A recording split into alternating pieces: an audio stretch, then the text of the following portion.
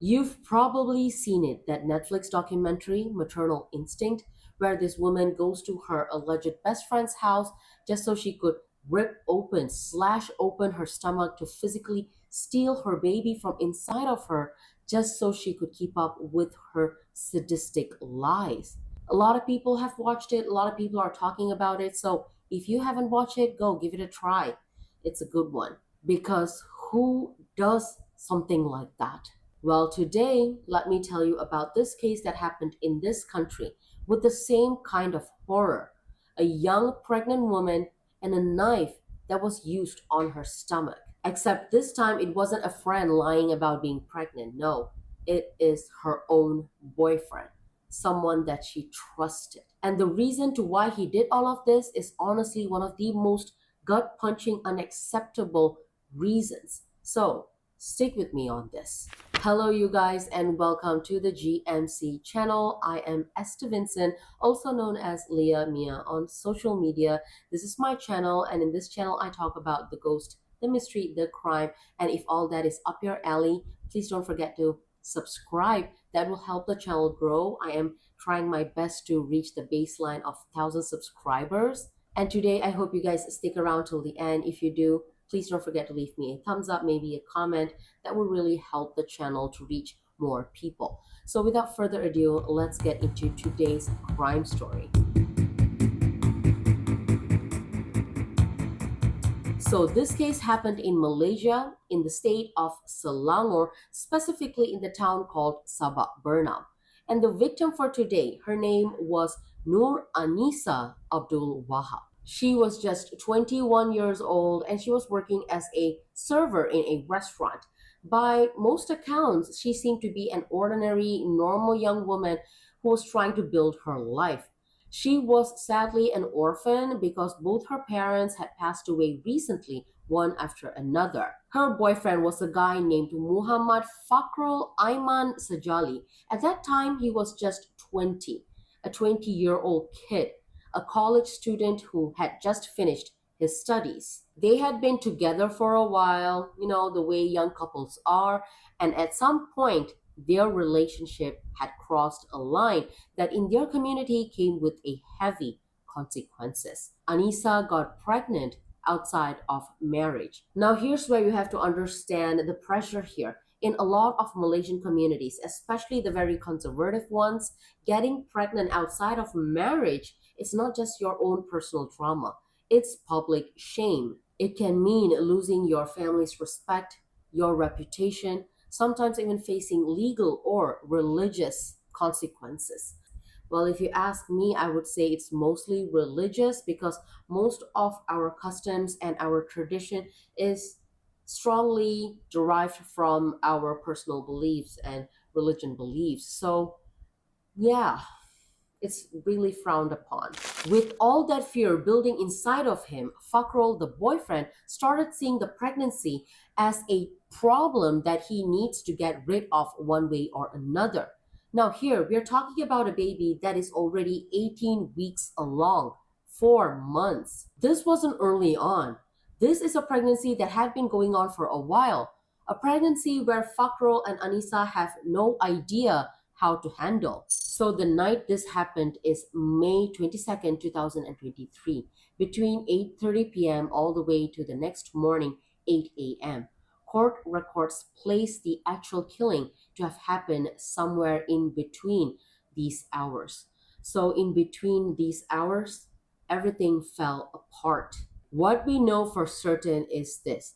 Fakrul picked up Anissa and both of them, they went for a dinner on the night of the incident, the 22nd of May. After dinner, they ended up together on a road named Jalan Sungai Limau, right on the edge of an oil palm plantation in Sungai Besar. And if you've ever been near an oil palm plantation, especially at night, you would know what kind of place is this because it is not just dark. It's the kind of dark where you can't even see properly 100, 150 meters ahead of you. Rows and rows of palm trees swallowing up any light, no street lamps, no houses close enough for anyone to hear anything. It's very isolated on purpose because those estate roads, those are built for the trucks and people working on daylight, not for anyone to be wandering around it after dark.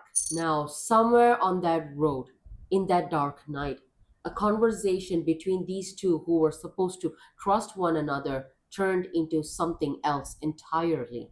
We don't know word for word what was said, but whatever it was enough to push Fakrul into picking up a large wooden stick that happened to be nearby. He swung it straight at Anissa's head, and she went down, unconscious. And then he dragged her body to the edge of the drain that was running alongside the road. He left her body there and went back to his car. After some time, he returned. He came back with a knife in his hands, a large kitchen knife. Not something that just happened to have been lying around in his car. No, he brought that knife from wherever, who knows, and he hid it at the back of his car, which tells you something about how this night was never quite as spontaneous as it might sound at first. And he used that knife on her. He stabbed into her stomach. A stomach at one point held a baby that was 4 months along, that is never going to get any further than this. And then he also slit her throat. When all of this was over, he lit her body on fire among those palm trees on that quiet road where no one was watching. After doing all of this, he just drove back home for the night. To sleep, I guess. Like, I want to pause here for a second because I know, like, that is a lot. This is a real person we are talking about. A 21-year-old woman who had decades of her life stolen from her. A baby that never got the chance to live outside of its mother. Let's take a breath because what happens next? The discovery is honestly just as hard to hear. So now it's the next morning, 23rd of May 2023. Fakrul, the boyfriend, wakes up bright and early, goes to the nearby petrol station and buys petrol, and then returns back to the scene. He pours the petrol all over Anissa's now charred body and then lifts her up again for the second time. He stands there and watches his once girlfriend's pregnant body now burning away for the second time with black smoke rising. I just wonder what would have been going on inside of his head at that point. But what he just did was a huge mistake. Like burning her again for the second time in broad daylight, like, little man, that's a rookie mistake. Soon, people were passing by that same stretch of road and they noticed something very suspicious. As they went closer to inspect, they found a body badly burned.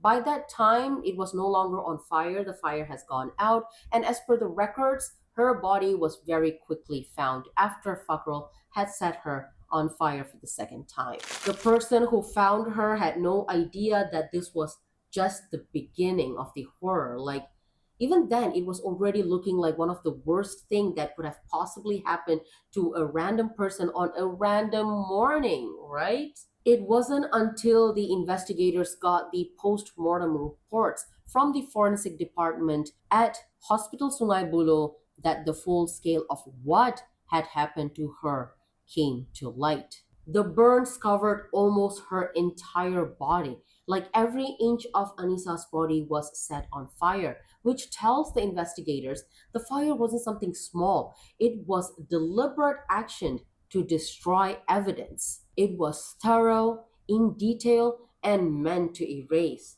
But it was what the fire did not manage to hide is what made this case so extremely disturbing. Because underneath all that char, the postmortem reports confirmed that her abdomen had been punctured by something sharp, cut and slashed open, ripped apart, right where, days earlier, a small heartbeat was growing. The unborn fetus was forcibly removed from her womb.